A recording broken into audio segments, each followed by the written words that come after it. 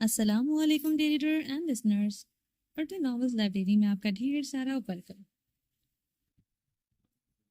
رمز جنون کی ایپیسوڈ 84 کا پارٹ 3 لے کر حاضر ہوں۔ اگر آپ نے ابھی تک میرے اس چینل کو سبسکرائب نہیں کیا تو جلدی سے ابھی سبسکرائب کر دیں، لائک اینڈ شیئر کریں اور اپنی رائے کامنٹ باکس میں لازمی دیں۔ میرا دوسرا چینل ہے رومانٹک اردو ناولز، اس کو بھی جا کے جلدی سے سبسکرائب کریں۔ چلیں سٹارٹ کرتے ہیں۔ لباس خاکی میں چھپا عشق کا افسانہ ہوں، میں دشمنوں کی گولیوں میں بھی تیرا دیوانہ ہوں۔ باہر ہلکی بارش ہو رہی تھی، بارش کی بوندیں کھڑکی کے شیشے پر تھپ تھپ تھپا رہی تھی، جیسے کائنات خود بھی آنکھوں میں آنسو لیے کھڑی ہو۔ کمرہ نمبر B2 کی کھڑکی کے شیشے پر باہر کے بارش کے قطروں کے ساتھ ہسپتال کے خاموش سائے ایک دوسرے سے لپٹے کھڑے تھے۔ آکسیجن کی مشین کی بیپ، ڈرپ کے قطرے اور سردی سے ٹھٹھرتا شاہویر ملک اپنی آنکھوں کے پپوتے دیم واقعے بے راحت سانسوں کے ساتھ بستر پر پڑا تھا۔ اس کا چہرہ زرد، ہونٹ نیلے اور انگلیاں برف میں جم جانے کے باعث سوجی ہوئی تھیں۔ وہ سیاچن کے اس دن کی قید میں قید تھا جب برف کے طوفان نے اسے اس دن کی قید میں قید رکھا تھا، جب برف کے طوفان نے اسے باقی دستے سے جدا کر دیا تھا۔ وہ پورے 15 دن اپنے ساتھیوں سے جدا رہا تھا۔ وہ خود کو بچانے کی ہر ممکن کوشش کی تھی، مگر پھر خوراک، آکسیجن کی کمی، برف کے طوفان کی وجہ سے وہ زندگی سے دور ہونے لگا۔ جب تک فوجی نوجوانوں نے اسے بچایا تب تک اس کا جسم ہائپوتھرمیا کی آخری حدود پر تھا۔ ملٹری ہسپتال کے ایمرجنسی ونگ میں سفید یونیفارم میں ملبوس ڈاکٹروں کی ٹیم تیزی سے کام کر رہی تھی۔ 4 نرسیں اور 2 سینئر ڈاکٹر مکمل چوکنا ایمرجنسی بلو کوڈ بج رہا تھا۔ شاہویر ملک اسٹریچر پر نیم بے ہوش پڑا تھا، جسم پر برف کے اثرات سے چھالے بنے ہوئے تھے۔ وہ اب بھی کومے کی حالت میں تھا۔ ڈاکٹر اسامہ نے ECG مشین پر نگاہ دوڑائی۔ یہ جوان زندہ کیسے بچ گیا؟ وہ شاہویر کی حالت دیکھتے حیران تھے۔ سانسیں کیسے چل رہی تھیں اس انسان کی؟ جتنی بری حالت تھی، ایسے میں زندہ بچ جانا ناممکن تھا۔ یہ ول پاور ہے، ڈاکٹر ہے۔ پاس والی ڈاکٹر مسکرائے تھے۔ مگر ہم اب بھی کچھ نہیں کہہ سکتے۔ اس کی آنکھوں میں شاید فوس بائٹ ہے۔ پھیپھڑوں میں برف کے ذرات کے باعث واٹر ریٹینشن ہو گئی ہے۔ سانس لینا مشکل ہو رہا ہے۔ ڈاکٹر اسامہ شاہویر ملک کی حالت دیکھتے تشویش سے بولے تھے، سر، پلس ڈراپنگ۔ ڈاکٹر بنش کی آواز نے سب کو چونکا دیا۔ نرسز فوراً ECG چیک کرنے لگی۔ ڈاکٹر ہارون نے فوراً ڈیفیبریلیٹر منگوایا۔ شاہویر ملک کو شاکس دیے جانے لگے۔ شاہویر کا بدن ایک شاک سے کانپتا اچھل رہا تھا۔ ایک جھٹکا لگا، دھڑکن ایک بار ہلکی سی اتری، پھر رک گئی۔ One more, clear. تیسرا جھٹکا دیا، ہارٹ ریٹ 45، اسٹیبلائزنگ، نرس نے پرجوش انداز میں بتایا، جیسے کسی دعا نے شاہویر ملک کو زندگی کی طرف لوٹا دیا تھا۔ کرنل رافع ہسپتال کے ایمرجنسی روم کے باہر کھڑے شیشے سے یہ سب دیکھ رہے تھے۔ آنکھوں میں نمی تھی۔ ان کے ہاتھ میں وہی لاکٹ تھا جس میں عائش ملک کی تصویر تھی۔ شاہویر، تم نے وعدہ کیا تھا، ہار نہیں مانو گے، تم واپس آؤ گے۔ میں نے کہا تھا میں تمہیں اگلے مشن پر خود لے جاؤں گا۔ اٹھو کمانڈو۔ کرنل رافع کے لب مسلسل ہل رہے تھے۔ اندر شاہویر ملک کا بدن اب بے سوچ صرف آکسیجن ماسک کے نیچے سانسوں کی لڑائی جاری تھی۔ کرنل رافع کی آنکھوں میں نمی گہری ہو رہی تھی۔ جیتا جاگتا وہ بہادر کمانڈو جس نے کبھی کسی دشمن کے آگے ہار نہیں مانی تھی، ہم مشینوں کے رحم و کرم پر تھا۔ شاہویر، تم دشمن سے نہیں ہارے، موت سے بھی نہیں ہارنا، سن رہے ہو؟ کرنل رافع کی سرگوشیاں بڑھ رہی تھیں۔ ایمرجنسی روم کے باہر جلتی ریڈ بتی سبز ہو گئی تھی۔ ڈاکٹر ہارون باہر آئے تھے۔ کرنل رافع جلدی سے ان کی طرف بڑھے تھے۔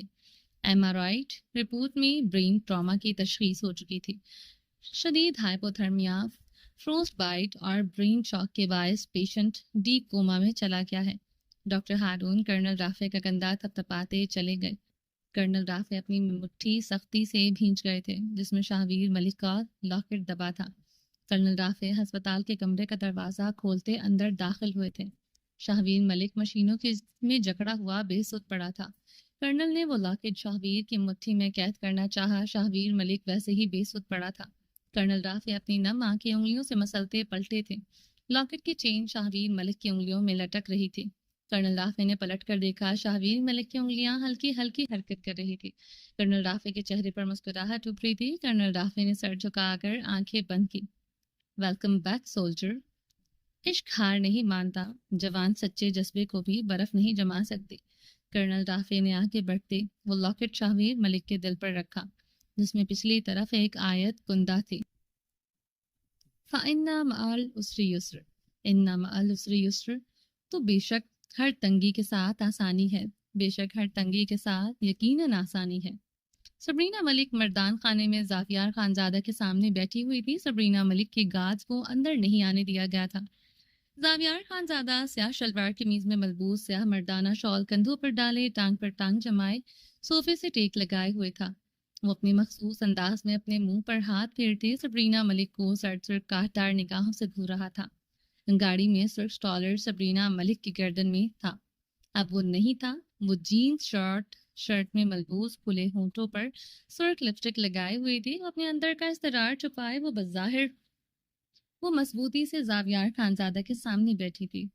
وہ اپنی کسی بھی کمزوری کو سامنے بیٹھے مغرور انسان کے ہاتھ نہیں لگنے دینا چاہتی تھی۔ کہیے سبرینا ملک کیسے آنا ہوا؟ زاویار خانزادہ نے مسکراتے ہوئے پوچھا۔ تم اچھی طرح جانتے ہو میں… ایک منٹ۔ زاویار خانزادہ ہاتھ اٹھائے سے بولنے سے روک چکا تھا۔ زاویار خانزادہ نے پاس کھڑے اپنے گارڈ کو اشارہ کیا۔ وہ سر ہلاتے زاویار کی طرف بڑھا، اسے ایک چیک بک اور پن پکڑا دیا۔ زاویار خانزادہ نے جھک کر چیک بک سائن کی تھی، چیک پھاڑ کر گارڈز کو دیا جو وہ پکڑتے سبرینا ملک کے سامنے ٹیبل پر رکھ چکا تھا۔ زاویار کے اشارے پر وہ گارڈ بیٹھک کا بھاری لکڑی کا دروازہ بند کرتے چلا گیا تھا۔ اب صرف بیٹھک میں سبرینا اور زاویار خانزادہ تھی۔ یہ کیا ہے؟ سبرینا ملک نے چیک کو سرسری سا دیکھتے پوچھا۔ زاویار خانزادہ کا بلند و بانگ کہکا گونجا تھا۔ اس نے فلک شگاف کہکے پر سبرینا ملک کی مٹھیاں بھینچ گئی تھی۔ اتنی چیریٹی کرتی ہیں آپ؟ میں نے سوچا کچھ بھی کر دوں۔ 5 کروڑ کا چیک ہے آپ کے لیے، کسی غریب کی مدد کر دیجیے گا۔ زاویار خانزادہ کے لبوں پر طنزیہ مسکراہٹ گہری ہوئی تھی۔ مجھے کوئی چیک نہیں چاہیے، اور یہ 5 کروڑ تمہارے لیے شاید بہت بڑی رقم ہو، میرے لیے 1 منٹ۔ زاویار خانزادہ ہاتھ اٹھائے سے پھر سے بولتے روک چکا تھا۔ پتا ہے تمہاری بیٹی کا حق مہر کتنا تھا؟ زاویار خانزادہ نے ذرا سا آگے ہوتے سرد لہجے میں سوال کیا۔ کتنا؟ سبرینا ملک کے لبوں نے ہلکی سی جنبش کی۔ 5,000 روپے۔ زاویار خانزادہ نے طنزیہ مسکراتے ہوئے کہا۔ سبرینا ملک کا رنگ سرخ ہوا، بدن کپکپانے لگا تھا۔ تم؟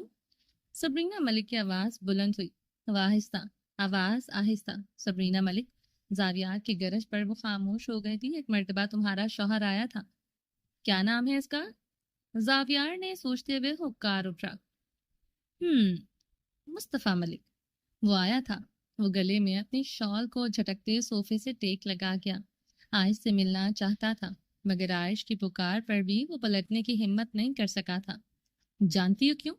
زاویار خانزادہ نے اپنے بازو صوفے پر پھیلاتے آئی برو چکائے۔ کیوں؟ سبرینا ملک نے ضبط سے پوچھا۔ کیونکہ اگر وہ مڑ کر دیکھتا تو میں عائش ملک کی جان لے لیتا۔ میری بیٹی کی جان اتنی سستی نہیں تم لے سکو۔ سبرینا ملک غصے سے گھبرائی۔ میرے بھائی کی جان بھی اتنی سستی نہیں تھی جو تمہارے بیٹے نے لے لی۔ زاویار خانزادہ کی دہاڑ پر سبرینا ملک کی رنگت متغیر ہوئی تھی۔ وہ جتنا سوچ کر آئی تھی مقابل سے بڑھ کر تھا۔ مصطفیٰ ملک جیسا کمزور انسان کہاں ٹک سکا ہوگا؟ اس انسان کے آگے وہ ضبط سے زاویار کے انداز دیکھ رہی تھی۔ وہ اسے تاؤ دیتے مسلسل مسکرا رہا تھا۔ بیٹھک میں خاموشی چھا گئی تھی۔ وہ تھوڑا سا جھکے لائٹر سے دانتوں میں دبائے سگریٹ جلا رہا تھا۔ میری بیٹی مجھے واپس کر دو، تم جو کہو گے، جیسے کہو گے میں کروں گی، جتنی رقم کہو گے میں دوں گی۔ وہ زاویار کی آنکھوں میں آنکھیں گاڑے مضبوطی سے بولی۔ وہ سگریٹ کا کش لیتے گہرا مسکرایا۔ دوسرے لمحے وہ سگریٹ ایش ٹرے میں مسلتے آنکھوں پر ہاتھ رکھے ہنسنے لگا۔ زاویار خانزادہ صوفے کی سطح پر سر رکھتے وہ ہنستا ہی جا رہا تھا۔ سبرینا ملک اس کی حرکتوں پر غصے سے تنفس پھولنے لگا تھا۔ زاویار ہنستے ہوئے صوفے پر سیدھا ہوا، مسکراہٹ اب بھی اس کے ہونٹوں پر چپکی تھی۔ سنا تھا UNA میں بڑی بڑی تقریریں کرتی ہو، مگر مجھے نہیں پتا تم لطیفے بھی سناتی ہو اور بڑے اچھے سناتی ہو۔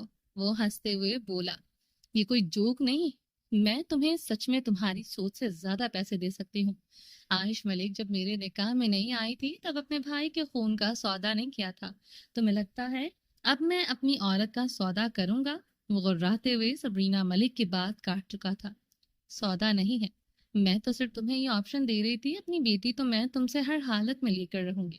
سبرینا ملک بھی جواباً غصے سے گرائے، سب کا تھارا چھوٹ رہا تھا، انہوں نے کبھی کس کا ایٹیٹیوڈ برداشت کیا تھا؟ سامنے بیٹھا شخص نہ صرف باروب شفاق مغرور دکھ رہا تھا بلکہ اس کی حویلی کی عمارت میں بھی غرور ٹپک رہا تھا۔ تمہاری بیٹی تمہارے لیے کوئی چیز ہو سکتی ہے جو تم مجھ سے چھین کر بھاگ جاؤ گی، میرے لیے وہ میری عورت ہے، میرے نکاح میں ہے، تب تک وہ تمہارے پاس نہیں آ سکتی جب تک میں اسے طلاق نہیں دوں گا۔ جتنی ایڑی چوٹی کا زور لگانا ہے لگاؤ، جیسے عدالت کا دروازہ کھٹکھٹانا ہے کھٹکھٹاؤ، اس سب سے تم عائش کو تو حاصل نہیں کر پاؤ گی، مگر تمہارے اس بل میں گھسے بغیر بیٹے کو گھسیٹ کر عدالت لاؤں گا۔ وہ لفظ چباتے دھمکی دے رہا تھا۔ تم مجھے بہت ہلکے میں لے رہے ہو زاویہ، تمہارا وہ حال کروں گی تم یاد رکھو گے۔ میں سبرینا ملک ہوں، مجھے شکست دینا آسان نہیں ہے، تمہیں میں میڈیا میں بے نقاب کروں گی، تم نے بنی میں میری بیٹی۔ سبرینا ملک کھڑے ہوتے چیخی تھی۔ زاویار صوفے پر بیٹھے اپنے منہ پر ہاتھ پھیرتے اسے خون اتری آنکھوں سے دیکھ رہا تھا۔ زاویار خانزادہ نے ٹیبل پر رکھی اپنی پسٹل اٹھائی، تم مجھے اس پسٹل سے ڈراؤ گے؟ یہی ہے تمہاری اوقات؟ سبرینا ملک استزاہیہ مسکرائی۔ جواباً زاویار خانزادہ نے مسکراتے ہوئے بیٹھک کے دروازے پر گولیوں کی برسات کی تھی۔ مردانہ گولیوں کے تڑتڑاہٹ سے گونج اٹھا تھا، بیٹھک کے باہر دروازے سے لگ کر کھڑی عائش ملک کی دلخراش چیخیں گونجی تھی۔ سبرینا ملک نے دل پر ہاتھ رکھا تھا، زاویار خانزادہ کی زہر خند ہنسی گونجی تھی۔ اس نے صوفے سے اٹھتے بیٹھک کے دروازے کی طرف بڑھتے دروازہ کھولا۔ عائش ملک سیاہ چادر میں لپٹی سفید چہرہ لیے تھر تھر کانپ رہی تھی، شال اس کے سر سے پھسلتی کندھوں پر تھی، سنہرے بال کھلے تھے، نیلی آنکھوں میں مقابل کا شدید خوف و ہراس تھا۔ زاویار خانزادہ کی سرد گھوری پر وہ سوکھے پتے کی مانند کانپنے لگی تھی۔ سبرینا ملک عائش کو دیکھتے مجسم ہوئی تھی۔ وہ عائش ملک کہاں تھی؟ وہ تو کوئی اور لڑکی کھڑی تھی، سر سے پیر تک سیاہ چادر میں لپٹی، خوف سے تھر تھر کانپتے۔ وہ عائش ملک نہیں تھی۔ عائش ملک تو کسی سے نہیں ڈرتی تھی، مگر سامنے کھڑی لڑکی کے چہرے پر خوف کے علاوہ کوئی رنگ نہ تھا۔ اگر خوف کے رنگ چھٹ جاتے تو زرد رنگت گلابی چہرے اور بھرے بھرے جسم والی عائش ملک کہاں تھی؟ عائش کو دیکھتے سبرینا ملک کا دل بند ہو رہا تھا۔ وہ اتنا ڈری ہوئی تھی کہ ایک بار بھی اس کی طرف نہیں دیکھا تھا۔ وہ مقابل کی آنکھوں میں اپنی بھیگی آنکھیں گاڑے ہوئی تھی۔ زاویار منہ پر ہاتھ پھیرتے سکون اتری نگاہوں سے گھورتے جا رہا تھا۔ وہ سبرینا ملک کو اس کی شکست کا احساس دلانا چاہتا تھا، جس طرح وہ ارتضی خان کے خون پر تپا تھا، اس طرح وہ آج بھی تڑپ رہا تھا۔ وہ عائش ملک کے خونی رشتوں کو تڑپانا چاہتا تھا۔ وہ جانتا تھا عائش ملک کا ایسے لرزنا سبرینا ملک کے دل پر چھریاں چلا رہا ہوگا، اس لیے اس کی خونخوار گھوریاں بڑھتی جا رہی تھی۔ زاویار خوف سے اس کے لب تھر تھرانے لگے، وہ اس کا مزید ایسے دیکھنا سہن نہیں کر سکی تھی۔ گولیوں کی گونج بھی ابھی بھی سماعتوں میں گونج رہی تھی۔ اس کا دل زاویار کے خوف سے دھڑک رہا تھا۔ وہ اسے بیلٹ سے پیٹ کر اپنی دہشت مزید بٹھا چکا تھا۔ وہ اسے بازو سے جکڑے بیٹھک کے اندر دروازہ بند کر گیا تھا۔ عائش کٹی ہوئی ڈال کی طرح اس کے سینے میں سما گئی تھی۔ عائش ملک کو وہ اپنے سینے میں قید کر چکا تھا۔ عائش ملک زاویار خانزادہ کے سینے میں قید اب لرز رہی تھی۔ سبرینا ملک کی طرف دیکھنے کی ہمت نہیں تھی۔ سبرینا ملک بے حس حرکت کھڑی تھی۔ یہ کیا ہو رہا تھا وہ سمجھ نہیں پا رہی تھی۔ زاویار خانزادہ عائش کے گرد اپنے مضبوط بازوں کا گھیراؤ تنگ کرتے سبرینا ملک کو استزاہیہ نگاہوں سے دیکھتے اسے اس کی بے بسی کا احساس دلا رہا تھا۔ وہ اس سے اپنی بیٹی لینے آئی تھی، مگر چھونے کی ہمت نہیں کر پائی۔ جس میڈیا کی تم مجھے گیدڑ پھپکیاں دے رہی ہوں، اسی میڈیا پر بیٹھے اپنی بیوی کے اغوا کا مقدمہ درج کرواؤں گا۔ وہ عائش کو اپنے سینے میں بھینچے سبرینا ملک کو گھورتے خون نشان درندے کے مانند گھرا رہا تھا۔ میری بیوی میرے پاس سے کبھی درآمد نہیں ہوگی، کیونکہ اسے میں مٹی کے نیچے ہمیشہ کے لیے سلا دوں گا۔ ڈھونڈتی پھرنا پھر اس کی قبر قبر ان پہاڑوں پر، جیسے میں اپنے بھائی کی ڈھونڈ رہا ہوں۔ زاویار خانزادہ کی گرج بیٹھک کے در و دیوار کو ہلا رہی تھی۔ عائش، سبرینا ملک اسے نم آواز میں پکارتے اس کی طرف بڑھی۔ خبردار میری بیوی کی طرف قدم بڑھایا۔ اذان ملک کو پیش کرو اور اپنی بیٹی کو مجھ سے آزاد کرواؤ۔ وہ عائش ملک کو مزید خود میں بھینچتے سرنفی میں ہلاتے اسے آگے بڑھنے سے روک چکا تھا۔ اس کی حالت ایسی نہیں وہ عدالت میں پیش ہو سکے۔ تم نے ایک درندے کی طرح اسے مارا تھا۔ سبرینا ملک اپنے حواس کھوتے چیخی تھی۔ تو ٹھیک ہے، پھر اپنی بیٹی کو بھول جاؤ۔ جب تک یہ زندہ رہے گی اس کے سانسوں پر پیر رکھتا رہوں گا۔ زاویار خانزادہ سبرینا ملک سے بھی اونچی آواز میں چیخا تھا۔ عائش ملک زاویار کے سینے سے لپٹے اونچا اونچا رونے لگی تھی۔ سبرینا ملک نے عائش کے یوں رونے پر اپنے دل پر ہاتھ رکھا۔ لکڑی کا بیوپاری ہوں میں، مگر صرف لکڑی نہیں کاٹتا، جب اپنی جڑوں سے ہٹے میں اس کو بھی کلہاڑی سے کاٹ دیتا ہوں۔ زاویار خانزادہ سخت لہجے میں عائش کو خود میں بھینچے غرا رہا تھا۔ وہ عائش کو اپنے حصار سے آزاد کرتے سبرینا کی طرف بڑھا جو سن سی کھڑی تھی۔ تمہیں کیا لگا یہ سودا تم جیت لو گی؟ تمہاری بیٹی اب مال نہیں میری ملکیت ہے۔ اس نے ایک لمحہ رک کر دروازے کی طرف دیکھا اور پھر دہاڑا تھا، ساؤتھ کا مال ہو یا نارتھ کا، جب زاویار خانزادہ ہاتھ رکھ دے تو چیز مال نہیں امانت بن جاتی ہے، اور اپنی امانت پر میں صرف دستخط نہیں کرتا، جان بھی وار دیتا ہوں۔ وہ سبرینا ملک کی آنکھوں میں اپنی سرخ آنکھیں گاڑے ہوئے تھا۔ عائش اس کی پشت کے پیچھے کھڑی تھی۔ یہ بات کر رہا ہوں میں اپنے مال اپنی چیزوں کی، تم آئی ہو میری عورت کا سودا کرنے؟ وہ تمسکراتی انداز میں مسکرایا۔ سبرینا ملک مجسم سی اسے دیکھ رہی تھی۔ وہ عائش کو کلائی سے جکڑے بیٹھک کے دروازے کی طرف بڑھا۔ میری بیٹی کو مجھ سے ملنے دو۔ سبرینا ملک عائش کی طرف تیزی سے بڑھی۔ اسے تم نے چھوا بھی، میں اس کی کھال ادھیڑ دوں گا۔ اسے لے کر بہت حساس ہوں میں، پوچھ لو اس سے، سانس بھی میری مرضی سے لیتی ہے۔ زاویار کی دھمکی پر سبرینا ملک کے قدم رکے تھے۔ وہ عائش کی کلائی جکڑے بیٹھک کا دروازہ کھولے باہر نکل گیا تھا۔ عائش اس کے مضبوط حصار میں کھنچتی چلی گئی تھی۔ وہ تیزی سے مردانہ عبور کرتے زنان خانے میں داخل ہوا۔ عائش کو جسم پر لرزہ طاری تھا، صدمے کی وجہ سے اس کی ہچکیاں بند گئی تھیں۔ سبرینا ملک کو وہ چھو نہ سکی، مل نہ سکی۔ بے بسی سے اس کا نازک جسم جیسے آندھیوں کی زد میں تھا۔ عائش کی ہچکیوں پر زاویار خانزادہ نے مڑتے ہوئے اس پر خون اتری نگاہ ڈالی۔ بابا سے بھی نہیں ملنے دیا، ماما سے بھی ماما سے ملنے دے دو، وہ بمشکل بولی تھی۔ ہم بھی اپنا ارتضیٰ خان سے اب کبھی نہیں مل سکتا۔ تو تم کیسے مل سکتا ہے؟ خون بہا میں آیا ہے تم، اپنا اوقات مت بھولو۔ زرکا خانم صوفے سے اٹھتے عائش کے مقابل آئی تھی۔ اس وقت لاؤنج میں زرکا خانم اور مرینا خان بیٹھی تھی، سبز گہرے رنگ کی ڈریس میں ملبوس، جس پر سبز شال اس کے شانوں پر پڑی تھی۔ وہ بھی صوفے سے اٹھتے زاویار کے مقابل آتے اسے دیکھتے اپنے سینے پر بازو باندھ گئی تھی۔ سامنے کھڑا مغرور انسان جو اس دن ناشتے کی ٹیبل پر میری عورت کہہ رہا تھا، آج اپنی عورت کے لیے کیا کرتا ہے؟ وہ دیکھنا چاہتی تھی اس عورت کا آخر کتنا ہے، تاکہ سامنے کھڑے انسان کا اسے کتنا بننا ہے، اسے فیصلہ کرنے میں آسانی رہے۔ صرف ایک ٹچ ماما کا دے دو۔ عائش نے اس کی سرخ آنکھوں میں دیکھتے کانپتے لبوں سے ہچکی لیتے فریاد کی، This girl is not worthy of our blood. Send her away with her cursed mother. یہ لڑکی ہمارے قابل نہیں، اسے اس منحوس ماں کے ساتھ رخصت کر دو۔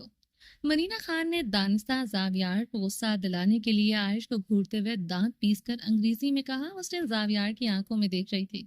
مرینا کے حد تک آمیز لفظوں پر زاویار خانزادہ کی رگوں میں دوڑتا خون بوائل ہوا تھا۔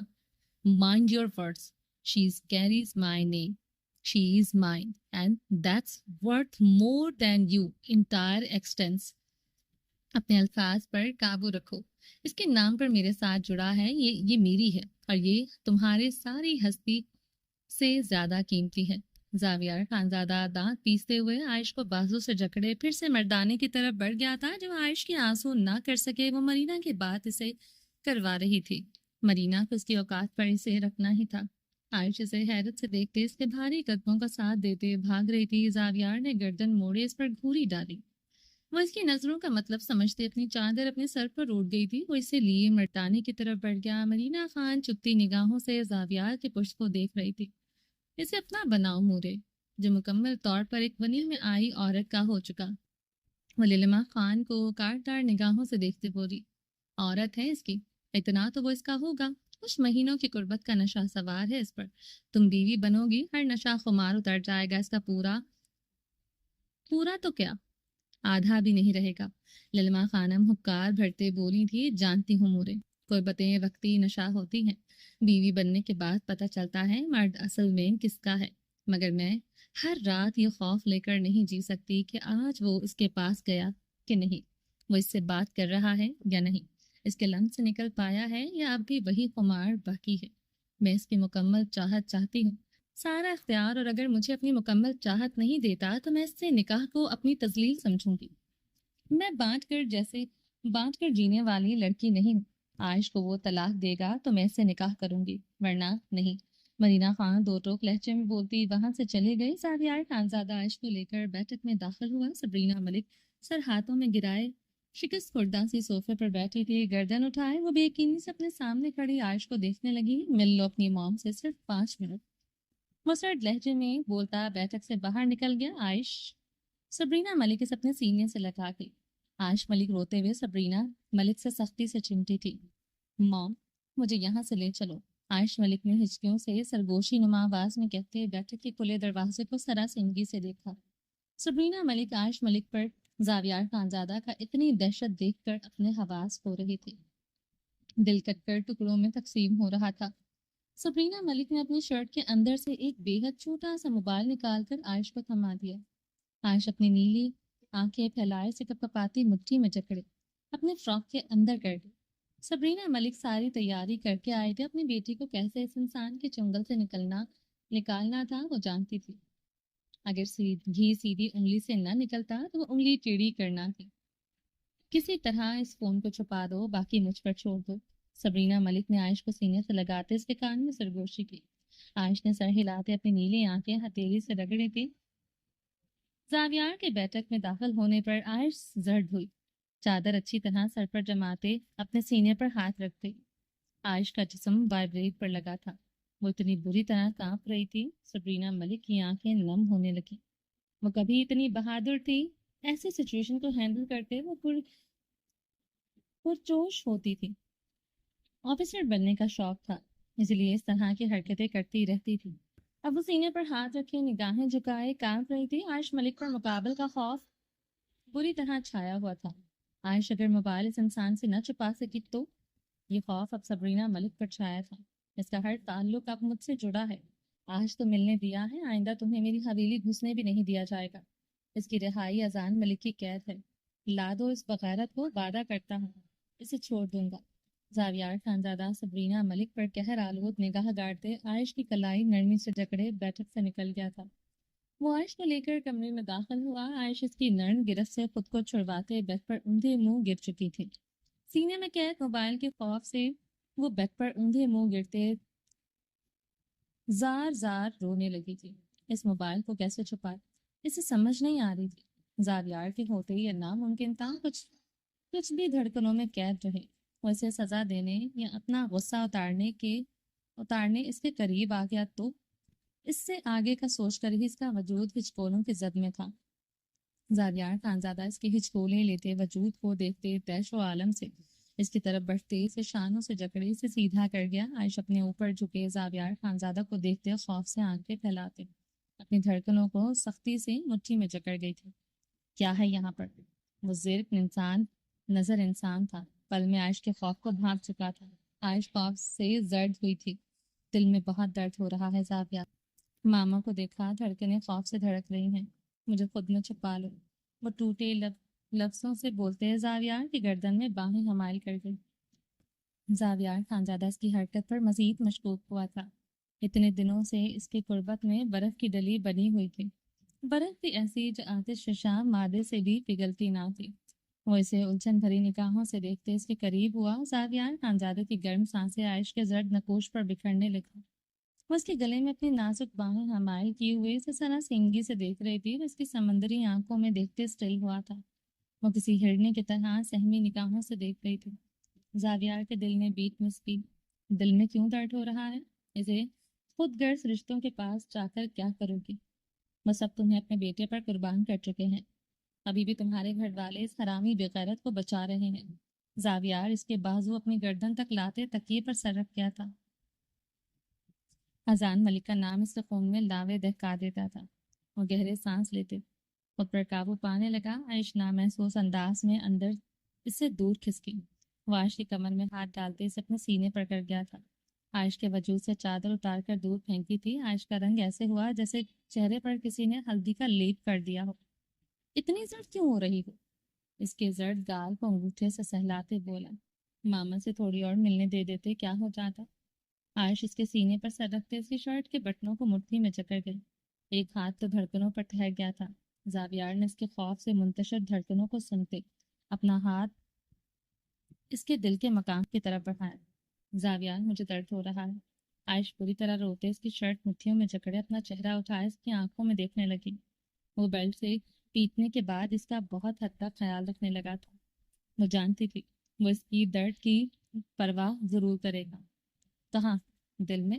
زاویار نے سنجیدگی سے آئیبروز کا استفسار کیا۔ کمر میں درد ہو رہا ہے، عائش نے بھیگے لہجے میں کہتے اس کے حصار سے دور ہونا چاہا۔ اس کی کمر پر اپنا حصار مضبوط کر گیا۔ تمہاری کمر کے درد کا علاج ہے میرے پاس۔ اس کی کمر کو مٹھیوں میں جکڑے سے گہری نگاہوں سے دیکھنے لگا۔ کیا؟ عائش کی سانسیں رکی۔ جاؤ اچھا سا کچھ پہنو، مجھے لگتا ہے تمہیں یوگا کلاس کی ضرورت ہے، کمر درد ٹھیک ہو جائے گی۔ وہ عائش کی تھوڑی پکڑے گمبھیر لہجے میں بولا۔ عائش اس بات میں سر ہلاتے اس کے اوپر سے اٹھتے تیزی سے ڈریسنگ روم کی طرف بڑھ گئی۔ وہ اس کی تیزی پر حیران ہوا تھا۔ زاویار نے اپنی کنپٹی انگلی سے سہلاتے ڈریسنگ روم کے بند دروازے پر صرف نگاہ ڈالی۔ وہ کچھ تو چھپا رہی تھی، مگر کیا؟ زاویار سلگنے لگا۔ عائش، زاویار کی گرج پر وہ سیاہ باریک سی نائٹی پہنے ڈریسنگ روم سے اسی لمحے باہر تھی۔ وہ اس کی پھرتیوں پر پھر حیران ہوا، مگر اس بار سامنے کھڑی عورت اپنے جلووں سے اس کا دماغ بند کر گئی تھی۔ زاویار خانزادہ کی آنکھیں مخمور ہوئیں۔ وہ اس باریک نائٹی میں پوری عیاں ہو رہی تھی۔ اس کا قیامت خیز بجلیاں گرا رہا تھا۔ اس سے پہلے وہ اس کی طرف ہاتھ بڑھاتا وہ خود سے اس کی طرف بڑھتے اس کے سینے میں سمائی تھی۔ زاویار اس کے ایکٹ پر دنگ ہوا تھا، دل پہلو میں دھڑکا سا تھا۔ اس کی نازک کمر پر حصار مضبوط کرتے اسے اپنے نیچے کر دیا۔ عائش ملک اپنی اداؤں میں کچھ تو چھپا رہی ہے۔ وہ اس کے کان کی لو کو دانتوں میں دباتے گمبھیر سرگوشی کر گیا۔ عائش کی دھڑکنیں مزید شدت سے خوف سے دھڑکنے لگی۔ وہ اس کی شرٹ کو مضبوطی سے جکڑ گئی۔ زاویار اس کی دھڑکنوں کو اپنے کانوں میں بجتا محسوس کرتے مہم سا مسکرایا تھا۔ تم کیا چھپا رہی ہو؟ اس کی کھوج میں بعد میں نکال لوں گا، مگر ابھی تمہارے خوبصورت بدن کا اچھی طرح جائزہ لو۔ کس رگ کس حص کو چھونے سے تم پگھلتی ہو؟ اس کی شہرک پر دانت کاٹتے اس کی باریک نائٹی کو تار تار کر گیا۔ بہت دنوں بعد عائش ملک اس کی قربت میں پگھلتے گرم ہوئی تھی۔ اس کے وجود کو اپنے لبوں کی تپش سے مزید گرمانے لگا۔ کمرہ زاویار خانزادہ کی شدت سے لرزا اٹھا تھا۔ عائش ملک آج بھی اس کی قربت میں پگھلی نہ تھی۔ خوف میں ڈوبی سستاریوں کو زاویار خانزادہ اپنی قربت کا نام دیتے جنونی ہو رہا تھا۔ کمبل میں غروب عائش کو اپنی باہوں میں بھرتے جنونی ہو رہا تھا۔ اس کی نازک کمر اب واقعی میں درد کرنے لگی تھی۔ وہ اسے چھوڑنے کو تیار ہی نہ تھا۔ اس کی سسکیوں میں دبی التجائیں یکسر نظر انداز کیے وہ اپنی منمانیاں کر رہا تھا۔ فون کی چنگھاڑتی آواز پر زاویار خانزادہ کی شدتوں میں تیزی آئی تھی۔ وہ اب تو موبائل اٹھائے زمین پر پٹک چکا تھا۔ غربت کے لمحات میں اتنا ہی جنونی ہوتا تھا، کسی کی ڈسٹربنس اسے گوارا نہ ہوتی تھی۔ نرم کارپیٹ پر گرا فون مسلسل بج رہا تھا۔ کمرے کا دروازہ کھٹکنے پر زاویار خانزادہ کی آنکھیں سرخ ہوئی تھی۔ وہ دانت پر دانت چبائے عائش کو خود میں بھینچتے پرسکون ہوا۔ عائش کمبل میں لپٹے رخ موڑے لب دانتوں میں دبائے ہچکیاں حلق میں گھونٹ گئی۔ زاویار خانزادہ بیڈ سے اٹھا تو وہ سیاہ شلوار قمیض میں ملبوس تھا۔ وہ اپنی شرٹ کے بٹن بند کرتے پیشانی پر بکھرے بالوں کو ہاتھ سے پیچھے کرتے ڈریسنگ روم کی طرف بڑھ گیا تھا۔ عائش کمبل گردن تک لپیٹے اٹھ کر بیٹھی تھی، خوف سے ڈریسنگ روم کو دیکھنے لگی۔ اس نے موبائل اپنے کپڑوں کے پیچھے رکھا تھا۔ زاویار آسانی سے ڈھونڈ سکتا تھا۔ وہ زرد چہرے کے ساتھ روتے ہوئے ڈریسنگ روم کو دیکھ رہی تھی۔ فون اور دروازہ مسلسل بج رہے تھے۔ زاویار ڈریسنگ روم سے کچھ سیکنڈ میں ہی باہر تھا۔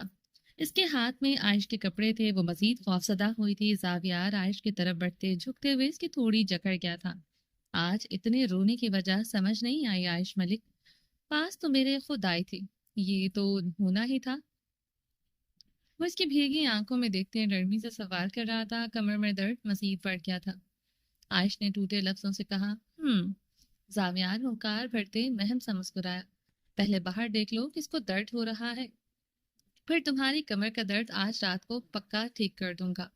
زاویار زومانی انداز میں بولتے دروازے کی طرف بڑھا. عائش اس کا لایا ہوا ڈریس پہننے لگی. زاویار نے دروازے کا لاک کھولنے سے پہلے اسے اشارہ کیا تھا. عائش اسے لمحے کمبل اچھی طرح خود پر اوڑھ گئی تھی. زاویار نے دروازہ کھولا. سامنے تبریز خان کھڑا. اسے دیکھتے زاویار خانزادہ کی بھووں کے بیچ شکن آن ٹھہری تھی. لالا پر گولیاں چل گئی ہیں. تبریز خان کی حواس باختہ آواز پر زاویار کے قدم لڑکھڑائے تھے. بابا. زاویار کے لبوں نے جنبش کی. وہ تیزی سے کمرے میں داخل ہوتے ڈریسنگ روم کی طرف بڑھا. اپنی جیکٹ پہنتے اپنے پسٹل جیکٹ کے پاکٹ میں اڑسی تھی. کمرے میں آتے زمین پر پڑا اپنا موبائل اٹھائے وہ تیزی سے کمرے سے نکل گیا تھا. حویلی کے گیٹ سے زاویار اور تبریز خان کی گاڑیاں نکل رہی تھیں جن کے پیچھے کچھ گارڈز بیٹھے تھے. سڑکیں برف باری سے سفید ہو رہی تھیں. ان کی گاڑیاں اسلام آباد کے لیے روانہ ہو چکی تھی. اسی حدود میں ایک طرف سبرینا ملک کی گاڑی چھپ کر کھڑی تھی. پچھلی سیٹ پر بیٹھی سبرینا ملک یہ دیکھتے مسکراتے ہوئے سیٹ سے سر ٹکا گئی تھی. ہاں کیسا ہے وہ آلیان خان؟ وہ فون کان سے لگائے زہر خند لہجے میں پوچھ رہی تھی. میڈم گولیاں صرف اس کے سینے پر نہیں برسائیں, ویسے مردہ ہی ہے. اسپیکر پر گونجتی آواز پر سبرینا ملک کے دل کو سکون ملا تھا. وہ فون بند کرتے اپنی بھیگی آنکھیں رگڑ گئی. میری بیٹی کی قبر کھودو گے زاویار؟ میں تم لوگوں کو ان پہاڑوں میں دفن کر دوں گی. سبرینا ملک گراتے ہوئے عائش کو فون کرنے لگی. زاویار خانزادہ کے جانے کے بعد عائش تیزی سے ڈریسنگ روم کی طرف بڑھی. کبڈ میں تہ کیس کے کپڑوں میں رکھا موبائل وائبریٹ ہو رہا تھا. عائش نے ریسیو کرتے کان سے لگایا. موم. عائش کی چیخیں در و دیوار کو چھونے لگی. سبرینا ملک اپنے دل کو تھامے خود پر قابو پانے لگی. عائش میری بات سنو, تمہیں ابھی اسی وقت حویلی چھوڑنی ہوگی. یہی وقت ہے. سبرینا ملک کی بات پر عائش کی آنکھوں کی پتلیاں خوف سے سکڑی تھی. کیسے موم؟ لب تھرتھرائے تھے. حویلی کے پچھلی طرف میرے آدمی کھڑے ہیں.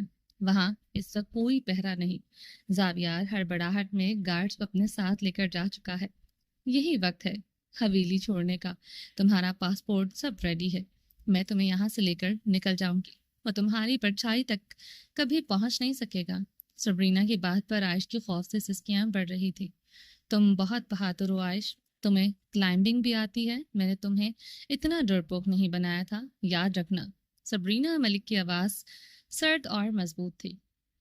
کوئی بھی نہیں تھا ماما, سب نے چھوڑ دیا. شاہویر نے بھی چھوڑ دیا. عائش روتے ہوئے بول رہی تھی. تم نکلو وہاں سے عائش, وقت نہیں. سبرینا فون بند کر گئی تھی. عائش فون زمین پر پھینکتے خود پر گرم چادر اوڑھے ڈریسنگ روم سے نکل آئی تھی. وہ سیاہ رنگ کی فراک میں ملبوس تھی جس پر گرم چادر اوڑھے ہوئے تھی. وہ تیزی سے کمرے سے نکل آئی تھی. پوری حویلی سناٹوں میں ڈوبی تھی. کسی کو بھی ابھی آلیان خان کے بارے میں نہیں پتا چلا تھا. وہ کچن کی طرف تیزی سے بڑھی تھی. کچن سے ملحقہ پچھلی طرف کھلتے دروازے کو کھولتے وہ پتھروں پر دوڑنے لگی. زلزلے کی وجہ سے یہ حصہ گر چکا تھا. پچھلا حصہ بڑے بڑے پتھروں پر مشتمل تھا. عائش روتے ہوئے تیزی سے ان پتھروں پر بھاگ رہی تھی. اسے ان پہاڑوں میں اب واپس نہیں پلٹنا تھا. اس حویلی نہیں آنا تھا. اس ظالم کی پناہوں میں واپس نہیں آنا تھا. اس کی چیخیں حویلی کے اس حصے میں گونج رہی تھی. اگر وہ چیختی نہ, اس کا دل خوف سے بند ہو جاتا. وہ حویلی کی پچھلی دیوار لمحوں میں عبور کر گئی تھی. وہ روتے ہوئے دوسری طرف کودی تو سبرینا ملک کی گاڑی کھڑی تھی. ماں. وہ بے یقینی سے اس گاڑی کو دیکھتے اس کی طرف بھاگی. سبرینا ملک کی آٹومیٹک بڑی سی گاڑی کا دروازہ کھل گیا. عائش گاڑی میں بیٹھتے سبرینا ملک سے لپٹے. ڈرائیور نے جلدی سے گاڑی سٹارٹ کی تھی. ایک گارڈ اگلی سیٹ پر بیٹھا تھا.